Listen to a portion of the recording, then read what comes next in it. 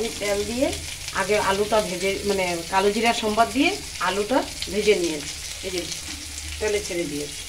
ছাড়ার পরে এখন এটাকে হলুদ দিয়েছি আর লবণ দিয়েছি, দেওয়ার পরে একটু কালো জিরা সম্বাদ দিয়েছি। হ্যাঁ, কেন পটল দেবো তো, পটল দিয়ে আলুর মানে একটু আলু দিয়েছি, কেন আমার ছোটো ছিল না পটল খাবো, তো ওই জন্য এই যে পটলগুলি ভেজে রেখেছিলাম, এই পটলগুলি ঢেলে দিই, পটল ভাপে করবো। একটু আলু দিয়ে দিলাম, একটু বাড়লো সবজিটা, কালো জিরার সম্বারটা দিয়ে এটার মধ্যে কাঁচা লঙ্কা বাটা আর নারকেল বাটা দিয়ে আমি ইয়ে করবো। জিনিসটা বেশ ভাজা হয়ে গেছে, এই যে নারকেল বাটাটা দিয়ে দিই, নারকেল বাটা দিয়ে দিলাম।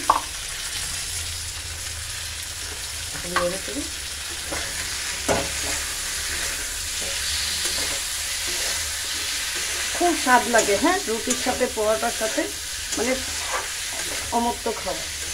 আর একটু আমি এটার মধ্যে বাটাটার মধ্যে তিল দিয়েছি, হ্যাঁ একটু জিরা বাটা দিয়েছি, ভাপে করছি তো, নারকেল আর জিরে কাঁচা লঙ্কা আর কিছু না, একটু নেড়ে করে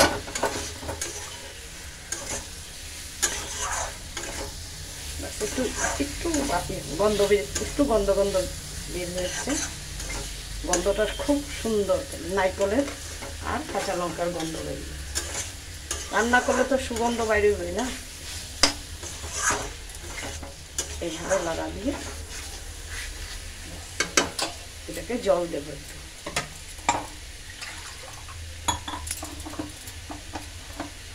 পাটা দেবো মানে মিক্সি ধুয়ে তারপরে ওইটার জলটাও দিলে বলে তরকারি স্বাদ হয়, খুব ভালো হয়।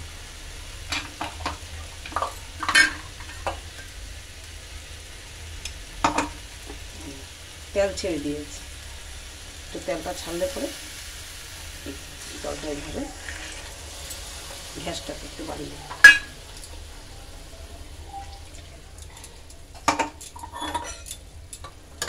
কালারটা দেখো কি সুন্দর কালার হয়েছে।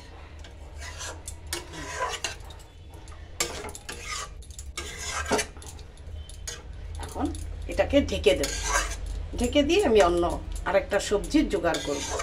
তো এই যে এইভাবে পটল ভাপে হয়ে যাবে, আর জল দেব না, বেশি জল দেব না।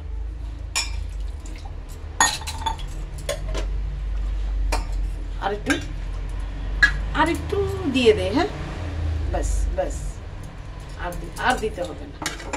এই যে লাড়া দিয়ে এইভাবে সব দেওয়া আছে, বাস এইভাবে ঢেকে দিলাম। হ্যাঁ,